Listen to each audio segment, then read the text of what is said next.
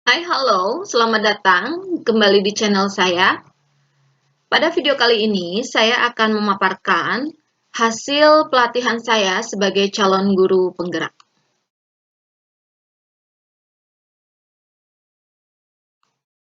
Nah, yang akan saya tampilkan adalah tentang refleksi pemikiran Ki Hajar Dewantoro, khususnya penerapan di SMP Negeri 1 Cirenghas. Apa aja sih isinya? Mari kita lihat. Apa saja sih hal-hal yang berkaitan dengan pemikiran Ki Hajar Dewantoro? Yang pertama adalah tentu dasar-dasar pendidikan. Selanjutnya, yang kedua adalah tentang sistem pendidikan. Selanjutnya, hal yang ketiga adalah tentang pemikiran dan tokoh barat yang mempengaruhi pemikiran Ki Hajar Dewantoro. Selanjutnya, keempat, yang terakhir adalah tentang tujuan pendidikan. Nah, nanti kita akan bahas tentang ini selama dalam video ini. Assalamualaikum warahmatullahi wabarakatuh. Bagi yang baru bergabung di channel saya, perkenalkan, saya Pipit Yuwanastia Herianti, guru IPA di SMP Negeri 1 Cirenghas. Ini profil saya. Saat ini saya sedang mengikuti kegiatan calon guru penggerak angkatan ketiga. Ini adalah ilustrasi dari Ki Hajar Dewantoro. Kata-kata yang sangat menarik menurut saya adalah anak-anak hidup dan tumbuh sesuai kodratnya sendiri. Pendidikan hanya dapat merawat dan menuntun tumbuhnya kodrat itu. Ki Hajar Dewantoro lahir di tahun 1889 dan beliau wafat di tahun 1959. Baiklah, mari kita lanjut yang pertama yang akan kita bahas, yaitu tentang dasar-dasar pendidikan. Hal ini akan yang mendasari pemikiran Ki Hajar Dewantoro tentang pendidikan. Titik acuan prinsipnya yaitu berupa pertama menuntun, kedua bukan tabula rasa, ketiga petani, keempat budi pekerti, kelima berpihak pada anak, keenam bermain. Mari kita jelaskan satu-satu. Menuntun, apa itu menuntun? Nah, menuntun dalam arti kita hanya bisa mengarahkan dan membimbing siswa untuk melakukan hal-hal yang baik. Nah, seperti ini contohnya di SMP Cirenghas, tentunya dengan adanya upacara bendera dan sebagainya. Pada saat-saat pandemi ini, tentunya hal ini tidak bisa dilakukan, tapi kita bisa mengingatkan anak dalam pembelajaran online bahwa untuk mengingatkan nilai-nilai falsafah bangsa untuk selalu cinta terhadap tanah air dan disiplin untuk mengikuti pembelajaran. Selanjutnya, bukan tabula rasa. Apa itu bukan tabula rasa? Artinya, anak-anak memiliki kodrat alami. Anak bukanlah kertas kosong. Jadi, anak memiliki kodrat alami yang berkembang sesuai dengan kodrat zamannya. Contoh yang kami terapkan adalah membebaskan anak dalam menentukan pemimpinnya, salah satunya dengan cara pemilihan ketua OSIS dan sebagainya. Selanjutnya ada video. Ini adalah video anak sedang mengikuti kegiatan latihan dasar kepemimpinan. Hal ini dilakukan prinsip sebagai petani. Apa itu petani? Bahwa guru ibarat sebagai petani yang menanam, memberi pupuk, dan menghalau hama penyakit agar jiwa-jiwa anak tumbuh subur sesuai kodrat alaminya menurut kodrat zamannya. Nah, inilah salah satu kegiatan yang dapat kami lakukan. Kami menyelenggarakan anak untuk mengikuti hal-hal yang positif. Salah satunya terjun dalam pelatihan secara nasional. Nah, ini adalah ada video tentang jalan sehat. Nah, lihat, bisa diperhatikan bahwa anak-anak mengikuti jalan sehat selalu berusaha mencium tangan guru dan menyapa. Nah, ini adalah menjadi budaya di sekolah kami bahwa siswa harus memiliki budi pekerti yang baik. Hasil dari proses pendidikan terbentuknya anak yang memiliki budi pekerti yang baik sesuai dengan adat dan budaya bangsa. Kemudian ini adalah video ketika kami hari ulang tahun guru, hari guru.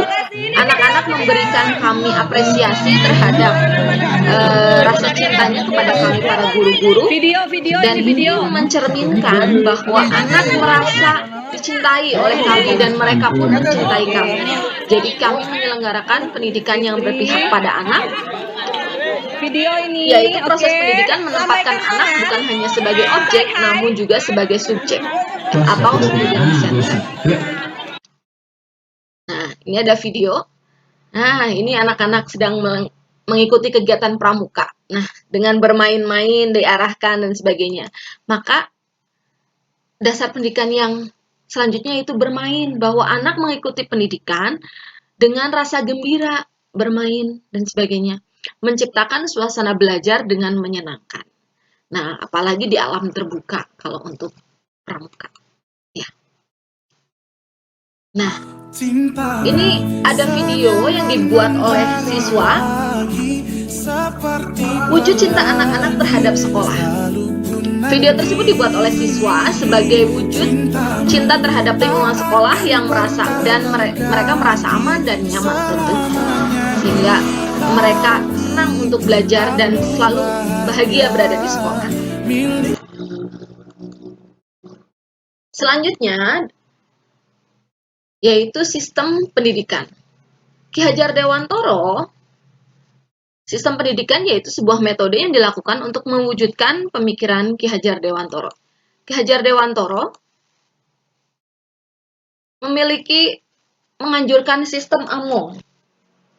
Pembelajaran dan pengajaran dilakukan dengan metode berdasarkan silih asih, asah, dan asuh. Atau dalam bahasa Inggrisnya care and education based on love. Jadi kita mendidik siswa itu karena rasa cinta. Nah, prinsipnya itu trikon. Continue, convergent, concentris. Continue artinya berkesinambungan selalu. Convergent artinya menyerap dari hal-hal yang baru, hal-hal yang asing. Kita tidak boleh tabu dengan hal-hal yang baru dan hal-hal yang asing untuk dapat kita belajar. Konsentris artinya kita berpegang teguh pada budaya kita. Artinya kita bisa mengembangkan serta melestarikan budaya kita. Nah, sehingga dengan pendidikan sistem Among ini akan melahirkan jiwa-jiwa yang berprestasi tentunya. Yang ketiga, yaitu pengaruh pemikiran Barat. Nah, pemikiran dan tokoh-tokoh Eropa Amerika yang mempengaruhi Ki Hajar Dewantoro. Tentunya Ki Hajar Dewantoro selama di negeri Belanda, beliau belajar dengan berbagai tokoh tentang pemikiran dalam pendidikan. Nah, pemikiran-pemikiran itu mempengaruhi Ki Hajar Dewantoro untuk menuangkan ide-idenya. Pemikiran yang mempengaruhi Ki Hajar Dewantoro yang pertama adalah progresivisme. Nah, apa itu progresivisme? Progresivisme adalah berdasar pada pengetahuan bahwa manusia akan senantiasa mencari jalan keluar dari masalah yang dihadapi.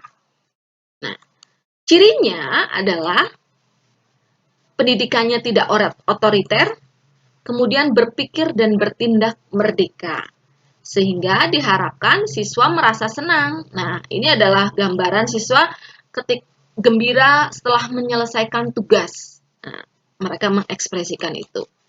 Kemudian, hal ini siswa merasa gembira ketika presentasi pelajaran. Nah, maka dalam mengikuti pelajaran juga mereka merasa gembira. Karena aliran selanjutnya yang mempengaruhi pemikiran Ki Hajar Dewantoro yaitu adalah aliran esensialisme. Apa itu esensialisme? Esensialisme adalah suatu aliran yang mementingkan sebuah usaha batin untuk melestarikan dan memajukan budaya sendiri. Nah, usaha batin ini apa? Tentunya ya pendidikan itu sendiri. Nah, ciri-cirinya dari esensialisme adalah mengakui adanya entitas zat yang tak terbatas, yaitu Allah Subhanahu wa Ta'ala. Nah, beberapa kegiatan yang telah dilakukan oleh SMP 1 Cirenghas diantaranya adalah memperingati hari besar keagamaan, kemudian membiasakan dengan sholat duha, dan ibadah lainnya di sekolah. Walaupun sekarang dalam masa pandemi, kita sebagai guru selalu mengingatkan untuk anak-anak melakukan kebiasaan-kebiasaan baik ini. Selanjutnya adalah tokoh-tokoh yang mempengaruhi pemikiran Ki Hajar Dewantoro. Tentunya ketika Ki Hajar Dewantoro di negeri Belanda, beberapa tokoh, pemikiran tokoh mempengaruhi Ki Hajar Dewantoro. Yang pertama adalah Gottfried Wilhelm Leibniz. Ya. Pandangan Leibniz yaitu tentang sintesa, antitesa, kemudian sintesis, bahwa segala sesuatu akan menemukan sebuah sintesisnya. Nah, kemudian ada Monet. Nah, Monet ini apa? Monet adalah sebagai pusat-pusat gaya. Nah, pusat-pusat gaya ini kemudian yang mengilhami adanya perguruan taman siswa, bahwa pendidikan tentunya harus memiliki pusatnya. Nah, pusatnya ini kemudian adanya perguruan taman siswa. Itu yang kemudian yang kedua adalah John Dewey. John Dewey itu menekankan pengalaman indera, belajar sambil bekerja, dan mengembangkan kecerdasan. Nah, tokoh John Dewey ini sangat mirip dengan prinsip merdeka belajar. Kemudian yang selanjutnya, yaitu ada Friedrich Froebel. Nah, beliau mengatakan bahwa pendidikan merupakan proses yang membimbing dan memperlengkapi seseorang, harus bersifat rohani dan tidak hanya bersifat intelektual saja. Nah, kemudian dipadukan antara pengetahuan rohani sehingga melahirkan kecerdasan yang seimbang antara rohani dengan intelektual. Selanjutnya, yang mengilhami Ki Hajar Dewantoro yaitu Maria Montessori. Beliau adalah seorang dokter anak. Beliau memiliki concern bahwa pendidikan anak berkaitan dengan latihan kehidupan sehari-hari, pembelajaran melalui panca indera, dunia sekitar, yaitu budaya, dan matematika. Nah, tentunya keempat tokoh ini yang menurut saya sangat mirip dengan pemikiran Ki Hajar Dewantoro ini yang telah kita bahas.